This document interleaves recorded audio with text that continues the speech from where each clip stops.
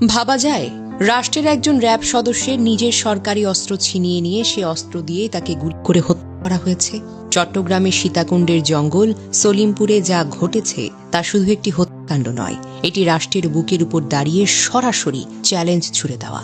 নায়েব সুবেদার আব্দুল মোতালেব অভিযানে গিয়েছিলেন একজন সন্ত্রাসী ধরতে, কিন্তু পরিকল্পিত ফাঁদে ফেলে তাকে ঘিরে ধরে ২০ থেকে ২৫ জন সশস্ত্র দুর্বৃত্ত। প্রথমেই তারা তার র্যাবের সরকারি অস্ত্র ছিনিয়ে নেয়, তারপর সে অস্ত্র দিয়েই তাকে লক্ষ্য করে পায়ে গুলি করে।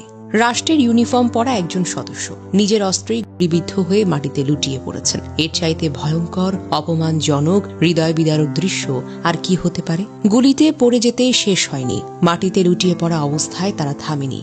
লাঠি, রড, কাঠ যা পেয়েছে তাই দিয়ে চারিদিক থেকে ঝাঁপিয়ে পড়ে তাকে পিটিয়েছে, যতক্ষণ না তিনি নিস্তেজ হয়ে পড়েন। সহকর্মীদের চোখের সামনেই তাকে হত্যা করা হয়। এটা কোনো হঠাৎ সংঘর্ষ না, এটা ছিল পরিকল্পিত হত্যাকাণ্ড। র্যাব ৭ সূত্র জানায় একজন সশস্ত্র আসামি রাজনৈতিক দলের স্থানীয় কার্যালয়ে লুকিয়ে আছে। এমন তথ্য দিয়ে ১৬ সদস্যের দলকে সেখানে পাঠানো হয়। ৪ সদস্যের ভেতরে ঢুকতেই চারিদিক থেকে ঘিরে ধরে হামলা চালানো হয়। এটা ছিল ফাঁদ। রাষ্ট্রের বাহিনীকে টার্গেট করেই এই আক্রমণ করা হয়েছে। আরো ভয়ঙ্কর বিষয় হলো, নিরীহ মানুষ থাকতে পারে ভেবে র্যাব সদস্যরা হয়তো গুলিও চালাননি, কিন্তু সন্ত্রাসীরা এক চুরো দয়া দেখায়নি। তারা সরাসরি প্রাণঘাতী হামলা চালিয়েছে।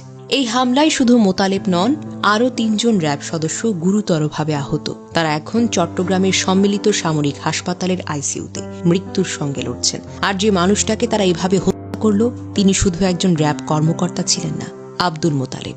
আব্দুল মোতালেব ছিলেন একজন অসাধারণ মানুষ, মানবিক মানুষ। এলাকায় সবাই তাকে চিনত তার সাহস আর মানবিকতার জন্য। কারো টাকার দরকার হলে নিজের বেতনের টাকা দিয়ে দিতেন। সহকর্মীরা বলতেন, মোতালেব ভাই ছিলেন আমাদের ভরসার জায়গা। কারো বিপদ হলে তিনি আগেই ছুটে যেতেন। অপারেশন তার সোর্স ছিল সবচেয়ে শক্তিশালী। মানুষ তাকে ভয় পেত না, বরং ভরসা করত। এই বিশ্বাস আর সাহসী তাকে এই ফাঁদের মুখে দাঁড় করিয়ে দিল।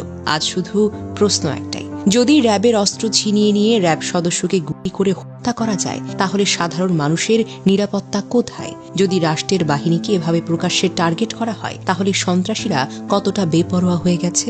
জঙ্গল সলিমপুর বহুদিন ধরেই সন্ত্রাস, দখল, রাজনৈতিক প্রভাব আর অঙ্গের স্বর্গরাজ্য। এখানে আগেও পুলিশ, র্যাব, প্রশাসনের উপর হামলা হয়েছে, কিন্তু এবার তারা সরাসরি একজন র্যাব কর্মকর্তাকে তার নিজের অস্ত্র দিয়ে হত্যা করল। এটা শুধু হত্যাকাণ্ড নয়, এটা রাষ্ট্রের কর্তৃত্বের উপর সরাসরি আঘাত। নায়েব সুবেদার আব্দুল মোতালেব দায়িত্ব পালন করতে গিয়ে শহীদ হয়েছেন। তিনি পালাননি, তিনি লড়েছেন।